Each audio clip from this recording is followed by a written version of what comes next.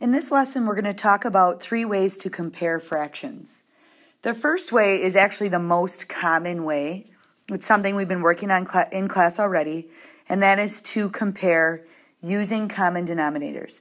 Please make sure to fill in as we go. If it gets too fast, you can always stop and rewind. The notes should be complete by the time you finish the video. All right, so step 1, type 1, comparing fractions using common denominators. Our first step when using common denominators is to actually find a common denominator.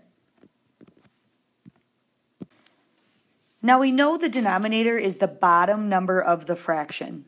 So if we're looking at, let's say for example, 5/7 and 2/7, these two things already have a common denominator.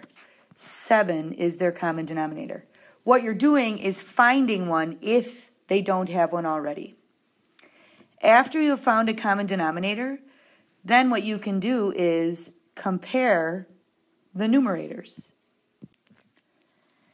If I'm looking at these same two fractions, 5/7 and 2/7, I'm going to compare their numerators. I'm going to look at the 5 and the 2 and just compare those numbers because we have the same size piece.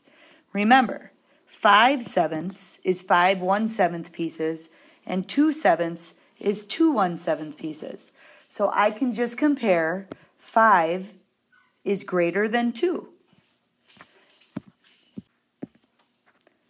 So I put my greater than symbol because now I know 5/7 is greater than 2/7.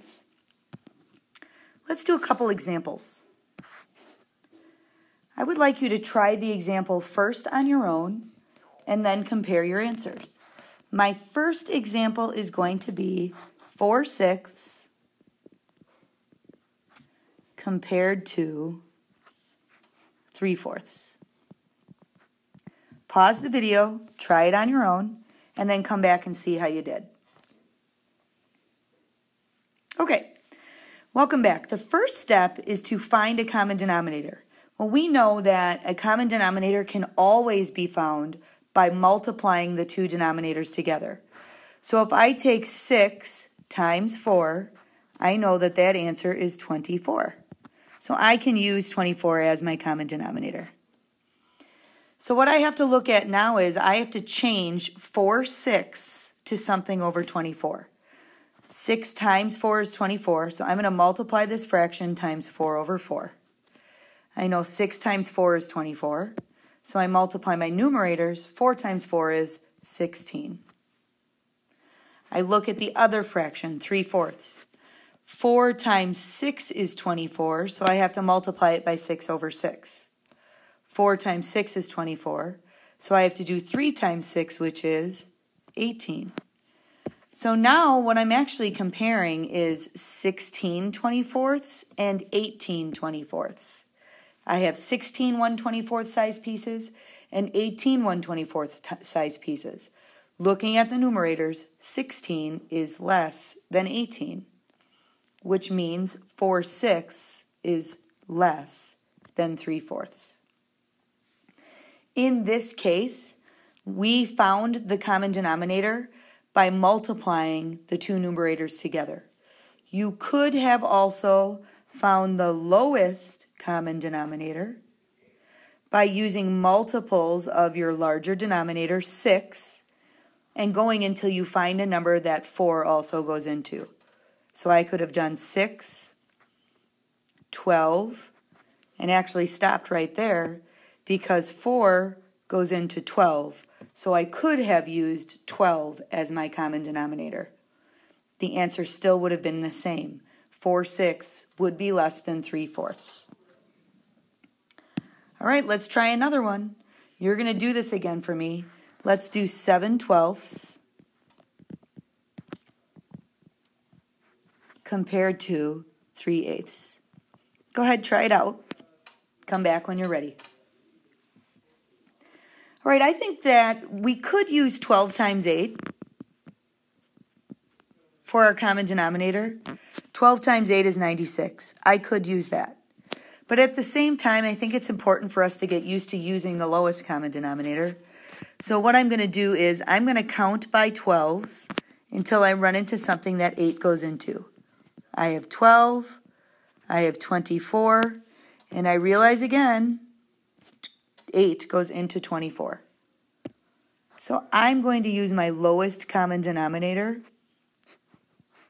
to solve this problem. So what do you multiply 12 by to make 24? 12 times 2 is 24, so I have to multiply by 2 over 2. 12 times 2 is 24. 7 times 2 is 14. So I have an equivalent fraction there.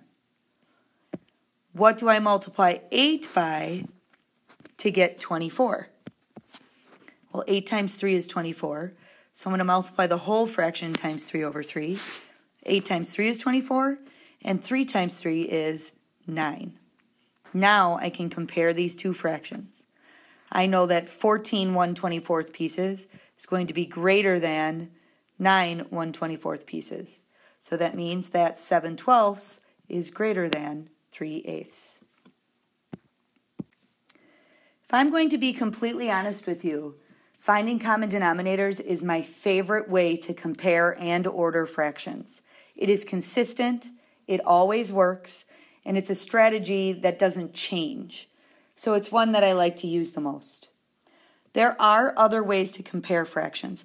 Let's look at the second way that we have. The second way to compare fractions is using common numerators. Now we know numerators are the top numbers in our fractions. So if we're looking at this problem right here, you see you have 5/7 and 5/9. Those are common numerators. The denominators are different, but the numerators are the same. 5/7, my unit fraction is 1/7. In 5/9, my unit fraction is 1/9. That makes a difference when you're comparing fractions. Let's think about this. If I'm looking at two wholes that are the same size, one of the wholes is divided into 7ths. Now 7ths is a little tough to divide into, but this whole is divided into 7ths. Here's my 1/7. Because my first fraction's unit is 1/7. The other one is divided into 9ths. So I look at one piece of this one, and this is 1/9. So what you notice is that 1/9 has smaller pieces than 1/7 does. And if I look at where 5 1/7 pieces are,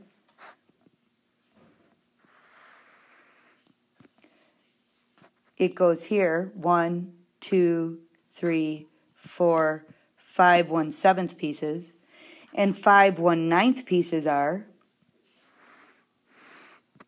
1, 2, 3, 4, 5 1/9 pieces. You see right away that 5 1/7 pieces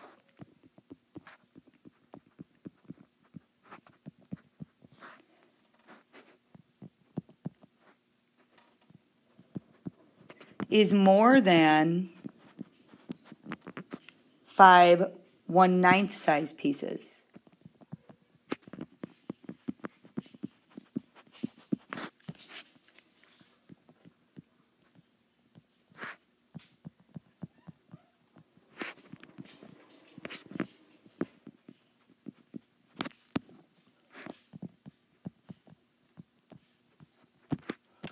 And that's all because when you break a whole up into 7 pieces, they're going to be bigger than if you break that same size whole up into 9 pieces. So 5 1/7 pieces has to be greater than 5 1/9 size pieces. All right, so there is that second type using common numerators. So far we've had common denominators and we've had common numerators. The last thing we're going to do is look at benchmark fractions. Now we already kind of did this in a Math Antics video that we watched. And a lot of it has to do with thinking about 1/2. So if we're looking at a benchmark of 1/2, and we know that we have this fraction bar here, and it's divided into 8 pieces, so one little piece is going to be 1/8. So if I cut this in half, I know that the middle is going to be 4/8.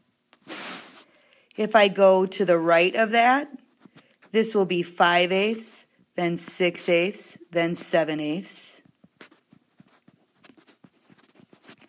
And if I go to the left of that, it's 3/8, 2/8, and 1/8. What you need to notice is that when you're at 1/2, the numerator will always be half of the denominator. And we can use that information in comparing fractions. Let's write this down first. Take a second and write down what I have written here. So what we have here is the idea that we know that anytime you have 1/2 of a fraction, the numerator will be half of the denominator. So when we look at 4/8, 4 is half of 8.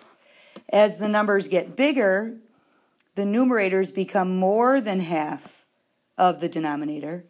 As the fractions get smaller, the numerators become less than half of the denominator. We can use this knowledge to tell if things are less than or greater than.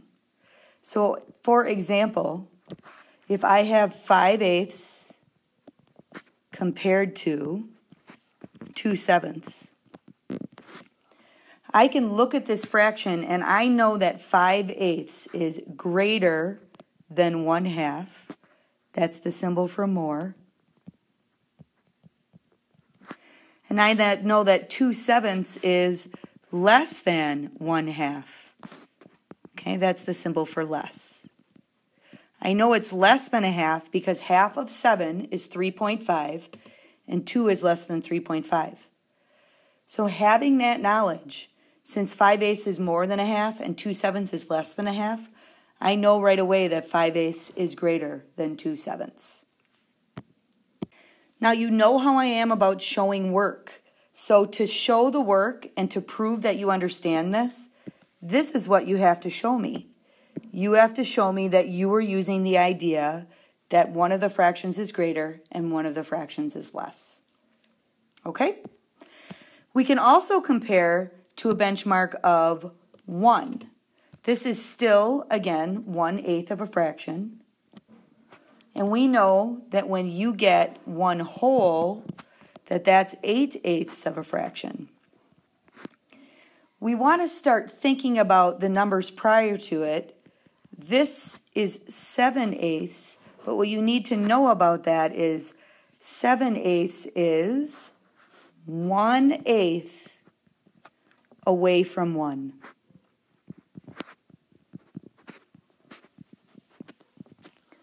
So 7/8 is 1/8 away from 1. You can think about how far fractions are from 1 and compare those numbers. So for example, if I give you 7/8 and I want you to compare it to 9/10, you know these are both very close to 1 whole because 7 is 1 away from 8. And 9 is 1 away from 10. But when you think about it, 7/8 is 1/8 from 1.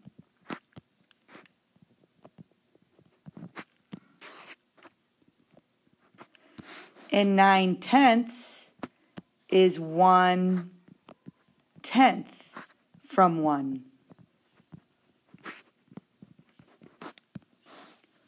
So which one is closer to 1 whole?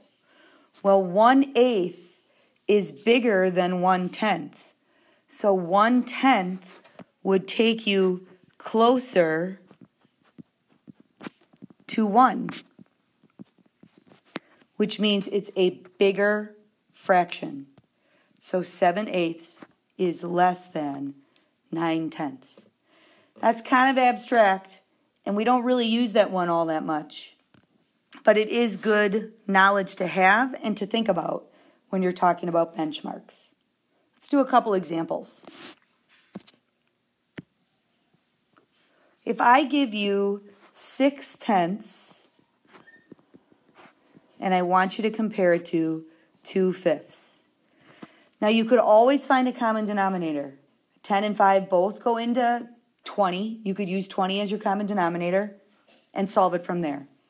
Or if you notice that 6/10 is greater than 1/2 because 5/10 is 1/2, and 2/5 is less than 1/2 because 2.5 would be half of 5 and 2 is less than 2.5, then you can say right away that 6/10 is greater than 2/5 because this is bigger than 1/2 as opposed to less than. If I look at B, 4/10, and I want to compare it to 4/6, I can think the same thing. I can say 4/10 is less than 1/2 because 5 would be half and 4 is less. And 4/6 is greater than 1/2. Therefore, 4/10 is less than 4/6. You could also look at the fact that they have common numerators. This is 4 1/10 pieces, and this is 4 1/6 pieces. 1/6 is bigger than 1/10. Therefore, 4/6 will be bigger than 4/10. You could have also found common denominators using 30. That works as well.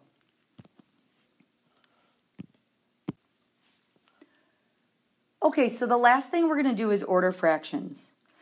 One of these I'm going to use common denominators, and one of them I'm going to use the idea that I know my benchmarks. So if I look at A, I notice right away that 6/12 is 1/2. So I'm going to think about that, and I know that that equals 1/2. When I look at the other two, I'm noticing that 7/8 is more than 4/8. 4/8 would be 1/2. So 7/8 is greater than 1/2. And then I look at 3/9 and I think, well, half of 9 is 4.5 or 4.5. 3 is less than 4.5. So this one's less than 1/2. So I have one that's equal, one that's greater than 1/2, and one that's less than 1/2. So the smallest one is going to be less than 1/2. The middle one's going to be equal to 1/2, and the greatest one's going to be more than 1/2.